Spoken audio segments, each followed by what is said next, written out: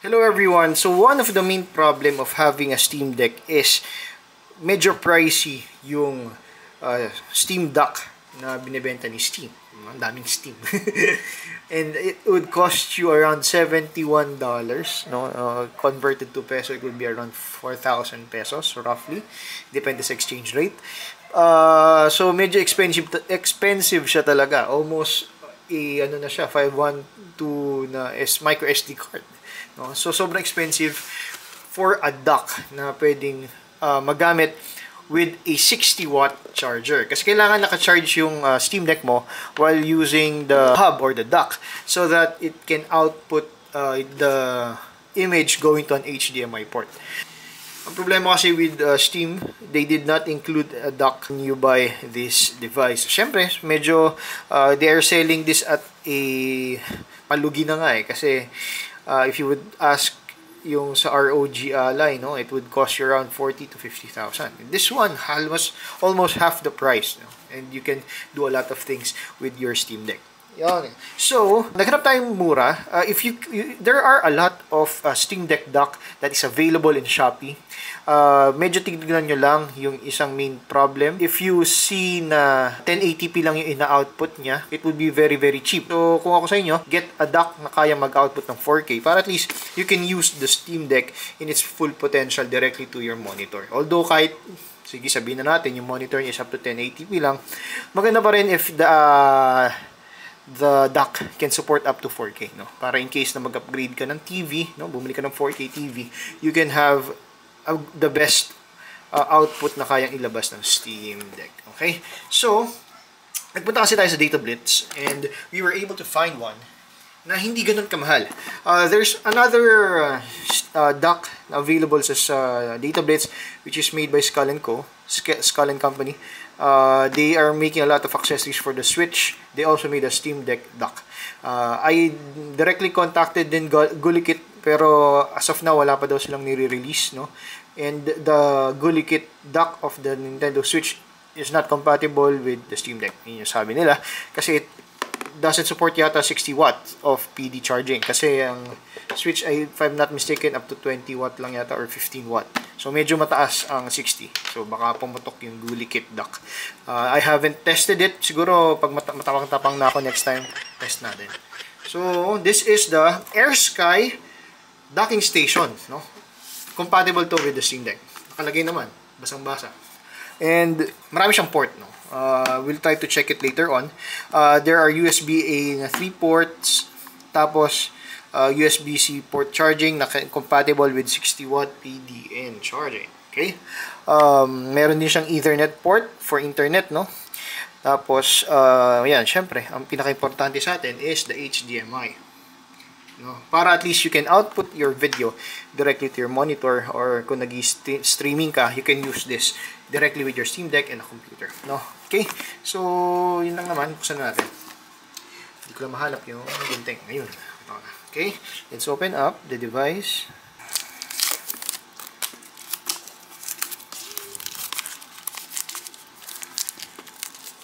Thank you for Data Blitz for sending this over.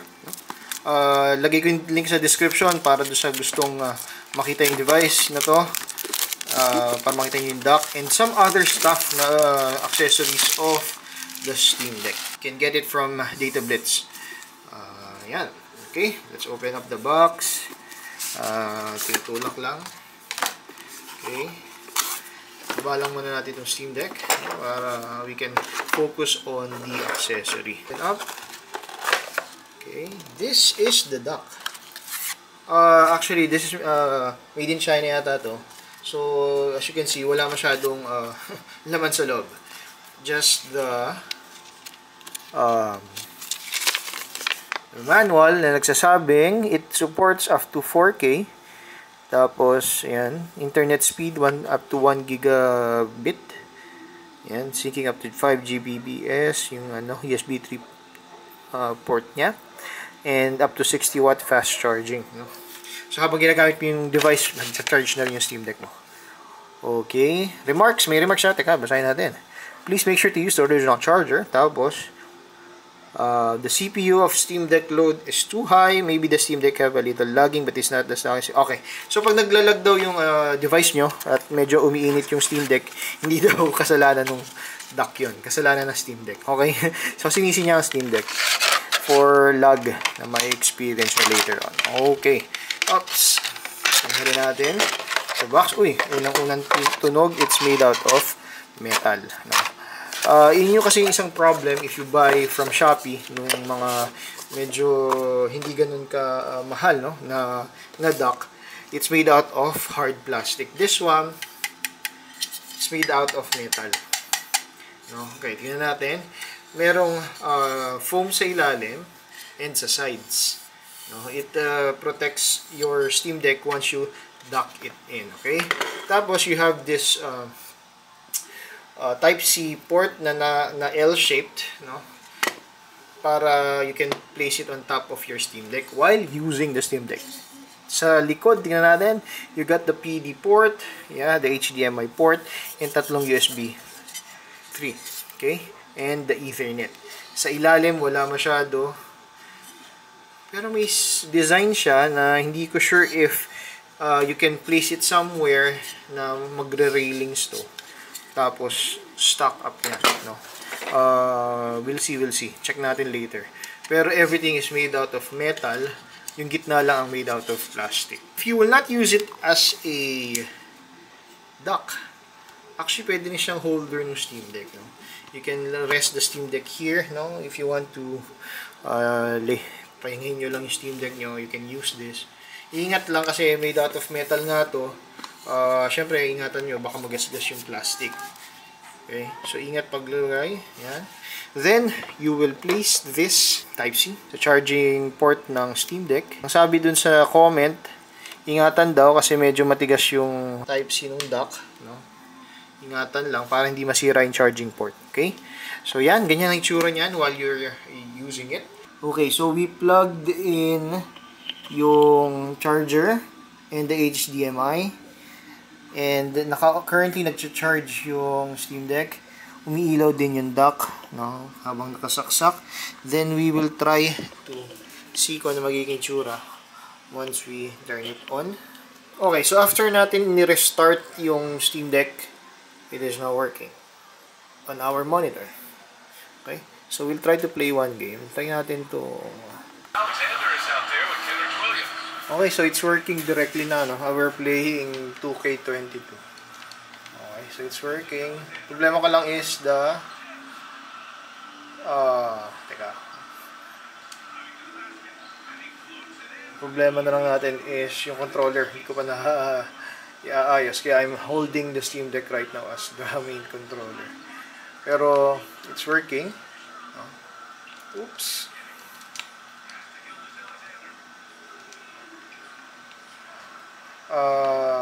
I have to change the setting of Metal Gear Solid 5 kasi naka-lock siya sa 720. Okay. Yun nga, medyo may konting lag kasi naka-max settings tayo ng 2K. Boom! Alright. So, lipat tayo. Ibang game. Testing. Hit tayo dito sa 2K. Balik tayo. Sabi nila there's a setting daw to change para maging 4K ang resolution ng display. Pero so far, wala akong makitang settings dito.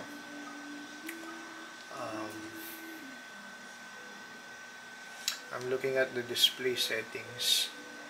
And disable natin. Ayun, okay.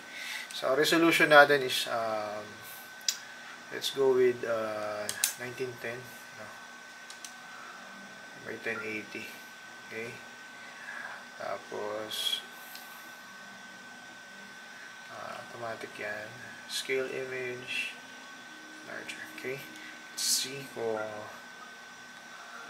mapapagana natin ang Metal Gear Solid 5 in a higher resolution kasi naka-lock tayo sa 720p. Okay, so if you're like me na nang gumamit ng dock, yung Metal Gear Solid 5 or even other games, crop, no, or pangit yung itsura, try to go to properties, tapos change the game resolution. Default kasi niya nakaganyan yan, default, no, and yung game ang nagsasabi ko anong klaseng itsura ang lalabas. For this one, you have to change it to native, no. Let's try siguro, let's go with 3840. Tingnan natin kung gagana. Pero I'm not sure. Feeling ko hindi eh. Sura. Because we're still in 720. Let's go. Let's max out to 3840. Apply. Medyo gapang. Ayan, kita nyo. Weekend, pero sobrang gapang. Hindi kaya ng Steam Deck. It's getting really, really hot. Baba natin konti. Gawin lang natin 1080p. No? Game setting, graphics. Baba tayong konti. Hindi. Subukan pa rin natin, pero babaan natin. No, we cannot change it. Ayun, pwede. Let's put it in low, lahat. Depth of field, motion blur low. Yan.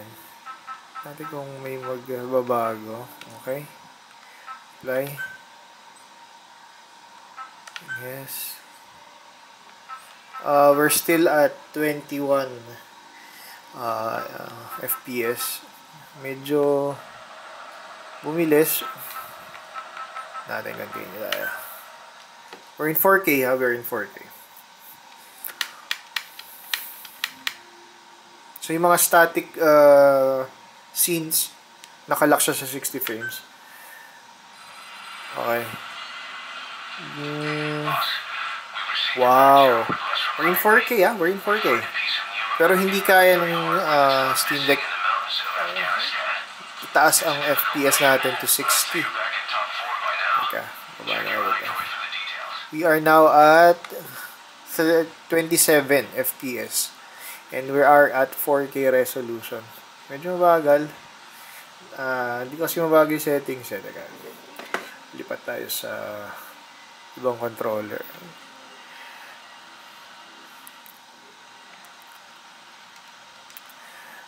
Yung reorder natin. Okay. Okay. Yun. Ay! So, hindi ko mabagal. Okay. So, let's try to scaling filter, FSR, half rate shading. Let's try. Medyo nag 30 FPS tayo sa 4K, no? Not bad. Let's do video, graphics, resolution. Let's go with 3840. Back. Yes. Okay. Continue. So we're in 4K resolution. No?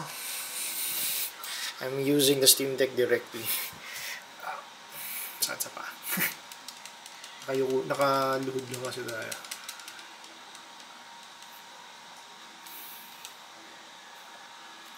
Uh, 4K resolution, nagsa-stutter sobra, pero ang kinis ng mukha ni Gerald dito.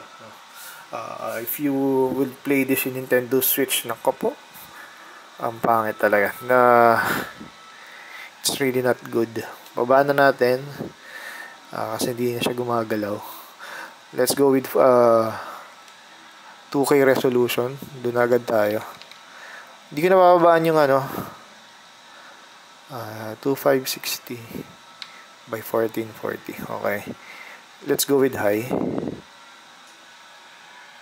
Kang bibigay. Okay. Apply. Natin. Game scope 15. Okay. So, balik tayo. Options. We are now at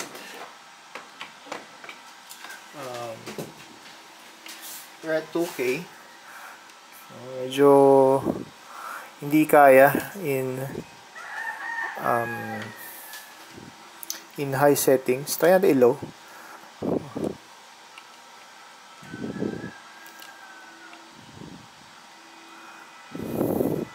Medyo tumaas ang FPS natin to 30. No? Not bad. 256. This is 2K mode. So mukhang magiging star ng 2K24 si si Misa Nuggets, si Joker. Okay, connect features, settings. Sorry, graphics pala, video settings, resolution, 840. Hindi niyang kakayanin, no? So let's go with ano na lang, 2K. Walang 2K? Okay, wala siyang 2K, no? Wala siyang 2K na, ano?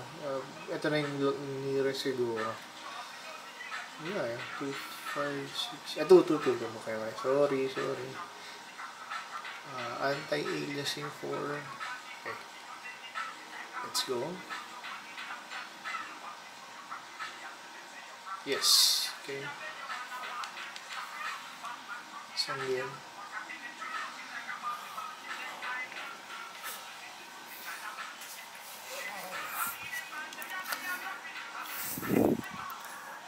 So, pag hindi to kinaya, hindi na talaga kakayanin. Kasi, with 720p, smooth naman yung laro natin kanina. We'll see.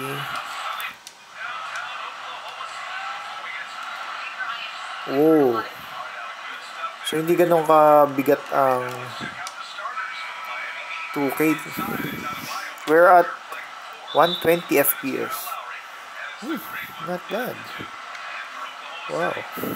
Wala lang shadows. Pero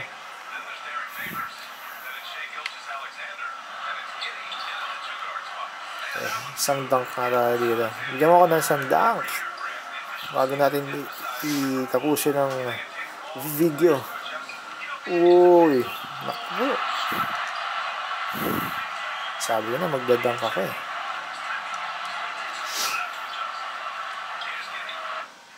Ba yan?